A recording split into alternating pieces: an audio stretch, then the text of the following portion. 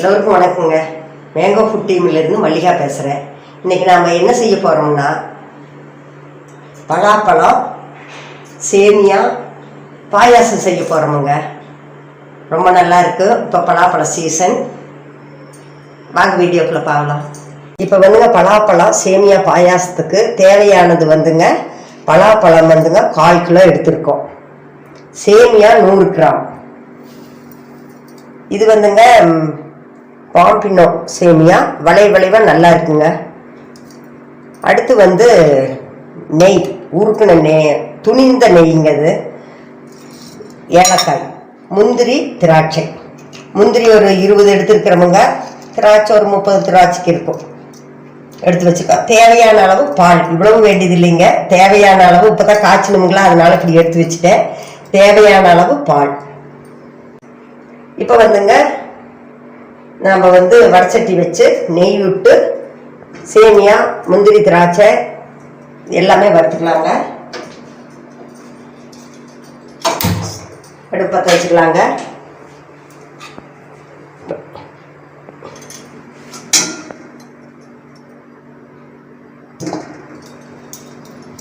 துணிந்த நெய் உருகட்டு. இது வந்துங்க காய்ச்சின நெய்யிலிருந்து கெட்டி ஆயிடுச்சு, துணிஞ்சது. அதுக்கு பேர் தான் துணிந்த நெய்.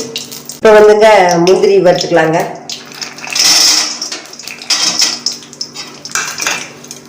செவக்கு வறுத்தா தான் நல்லா இருக்குங்க.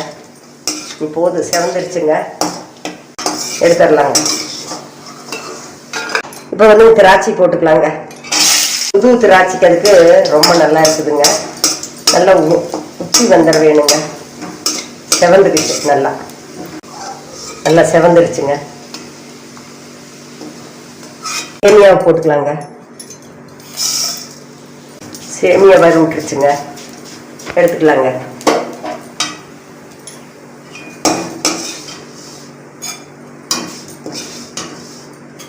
இப்போ வந்துங்க பலாப்பழத்துக்கு நெய் விட்டு கொஞ்சம் வறுத்துக்கலாங்க.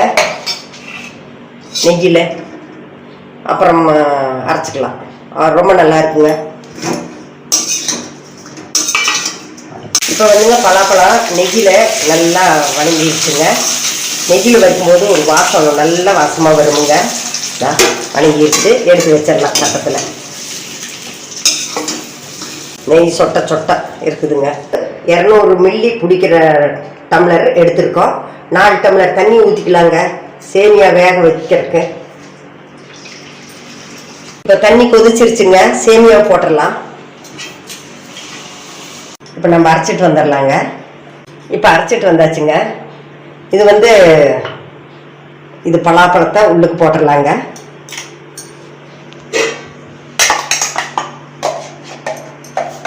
இப்போ முந்திரி திராட்சையும் போட்டுடலாங்க. இப்போ வந்து அஸ்கத்தான் போடுறலாம். இப்போ வந்து நீங்கள் வெள்ளம் வேணும்னாலும் போட்டுக்கலாம், அவங்க சாய்ஸுங்க. இப்போ வந்து இதில் 1.5 டம்ளர், இப்போ 200 மில்லி பிடிக்கிறதுல 1 டம்ளர் இப்போ போட்டு இன்னொரு 1/2 டம்ளர் மட்டும் போட்டுக்கிறோம். ஒவ்வொருத்தருக்கு இனிப்பு தித்திப்பாக வேணுங்க, இல்லைன்னா 1 டம்ளரே கூட போதும். கொஞ்சம் தித்திப்பாக வேணும்னாங்கன்னா இன்னொரு 1/2 டம்ளர் சேர்த்து போட்டுக்கலாங்க. சர்க்கரை போட்டுக்கலாங்க. இப்போ ஏலக்காய் பொடி செஞ்சு வச்சுருக்கிறேங்க, ஏலக்காய் தூவிக்கலாங்க. இப்போ அடுப்பு நிறுத்திடலாங்க. நிறுத்திட்டு இது கொஞ்சம் ஆறுன்னு தான் பாலை ஊற்ற வேணுமுங்க, இல்லைன்னா வெடிச்சு போயிருங்க. ஆமாம், அதனால கொஞ்சம் ஆறுன்னு அப்புறம் பால் கலந்துக்கலாங்க. இப்போ பால் 1 டம்ளர் ஊற்றிடலாங்க. இப்போ வந்துங்க பலாப்பழ சேமியா பாயாசம் ரெடிங்க. நெய் மணக்க, முந்திரி, திராட்சை இப்படி எல்லாம் சேரும்போது நீங்கள் வந்து சூடாக குடிக்கும் போதும் குடிச்சிடலாம். அல்லது வந்து நம்மளுக்கு தேவையானது வந்துங்க ஃப்ரீசரில் எடுத்து வச்சுட்டிங்கன்னா ஐஸ்கிரீமாகவும் சாப்பிட்டுக்கலாம். இல்லை கூலிங்காக கீழே வச்சுட்டிங்கன்னா கூலிங்காகவும் நம்ம வந்து வெயிலுக்கு இதமாக குடிச்சிக்கலாங்க. குழந்தைகளுக்கு, பெரியவங்களுக்கு எல்லாத்துக்கும் ரொம்ப பிடிக்குமுங்க. இந்த லீவு நாட்களில் செஞ்சு கொடுங்க. உங்களுக்கும் பிடிச்சிருக்கும்னு நினைக்கிறோம். பிடிச்சிருந்தால் சப்ஸ்கிரைப் பண்ணுங்கள், லைக் பண்ணுங்கள். நன்றிங்க.